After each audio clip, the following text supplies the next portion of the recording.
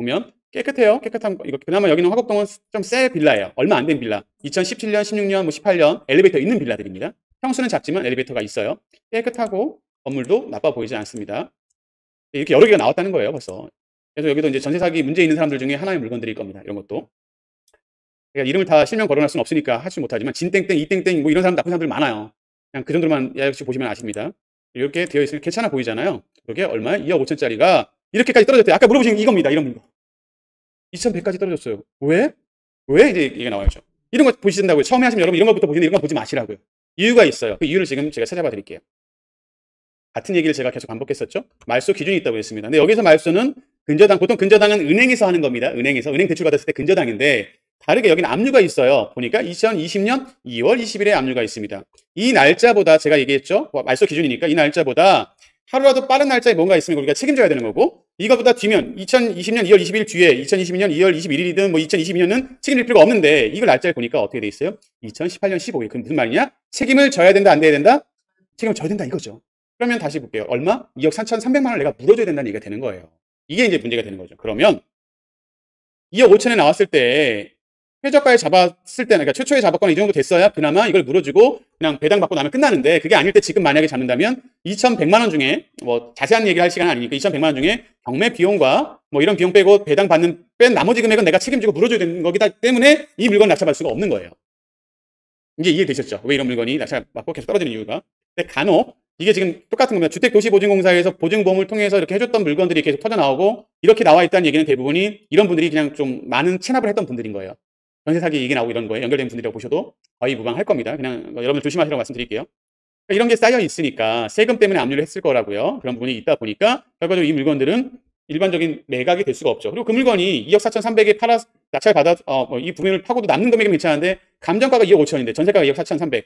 요새 뉴스에서 많이 들었던 전형적인 분양 전세 사기들인 거예요. 분양가와 전세가가 차이가 없는. 이런 건 여러분 속으시면 안 돼요. 신축 빌라니까 시세가 없어요. 집이 깨끗해요. 살기 좋고 엘리베이터 있어요. 그리고 전세 대출이 이렇게 나온다니까 들어갔는데 그나마 이분들은 주택도시보증공사에서 보증보험을 했으니까 돌려는 받아요. 머리는 아프지만 스트레스 받지만 돈은 받습니다. 근데 이런 것도 안 하신 분들은 이 금액을 다 손해볼 수도 있는 거죠. 그래서 이제 무서운 거고 계속 이슈되는 겁니다. 신규 분양을 받을 때 분양이 다 되면 되는데 업자분이라고 할까요? 시공이나 시행 이걸 빌라를 짓는 분들의 목적은 뭐겠습니까? 빌라를 지어서 파는 게 목적이에요. 근데 다 팔리면 좋은데 안 팔리거든요? 안 팔릴 때 마냥 놔두면 안 되잖아요. 이번 또 새로 지어야 되고 땅 사서 파는 게 목적인데. 그럼 어떻게 해요? 전세라도 놔야죠. 전세로 내 돈을 다 회수하면 상관없으니까. 그럼 이제 그런 목적이 있던 분이 내놓으면 이런 걸 전문으로 하는 부동산이나 컨설팅들이 또 붙어요. 그래서 새 건물이고 이러니까 들어오세요. 전세 되고 보증금 다 됩니다라고 들어오게 되고 또 이사비 지원해 드릴게요. 옵션 뭐 다 되어 있습니다. 세탁기 뭐 있어요. 그다음에 뭐 예를 들어서 전세금 대출에 대한 이자 1년치 드릴게요. 이런 걸로 유혹을 해요. 사탕발림처럼.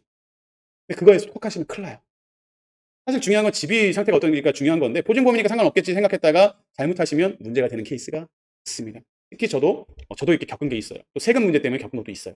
저같이 오래된 전문가도 겪는 부분이 있다면 여러분들은 얼마나 위험하겠습니까? 그러니까 이런 물건을 하시려면 최소 보증보험 무조건 들으실 수 있는 걸로 들어가셔야 되고 주변이든 본인이든 마찬가지입니다. 알려주세요. 보증보험 들어갈 수가 있는 게 확인이 되기 전에 하지 마세요. 두 번째 정말 안 들어가시는 게 좋겠지만 들어가셨다면 두 번째로 전입과 확정일자를 먼저 받으셔야 돼요. 원래는 잔금 치르고 받으라고 하기도 합니다만은 사실 실무상 이 안에 세입자가 없으면 전입은 충분히 계약한 다음에 전입 받을 수 있습니다. 세입자가 있더라도 양이만 없게 되면 할 수는 있어요. 동사무소마다 좀 다르지만 할 수 있어요. 근데 그게 왜 중요하냐면 안 그래지만 또 이렇게 나쁜 사람들이 나쁜 임대인들이 잔금 치른과 동시에 근저당을 받아버리면 근저당은 받자마자 효력이 발생하고요. 전입과 확정일자는 내가 전입 확정일자를 하면 그날이 아니라 그 다음날 0시부터 발휘가 되기 때문에 우리가 순위가 밀려요. 아무도 세입자도 없고 아무도 없었으니까 내가 계약할 때는 대출이 없었으니까 문제 없지 않았는데 막상 들어갈 때 그분이 나쁜 마음으로 그때 근저당을 받아버리면 다음날에 권리가 생기는 대항력이 생기는 나보다 집주인이 받은 대출이 먼저가 된다. 이런 사람들도 있어요.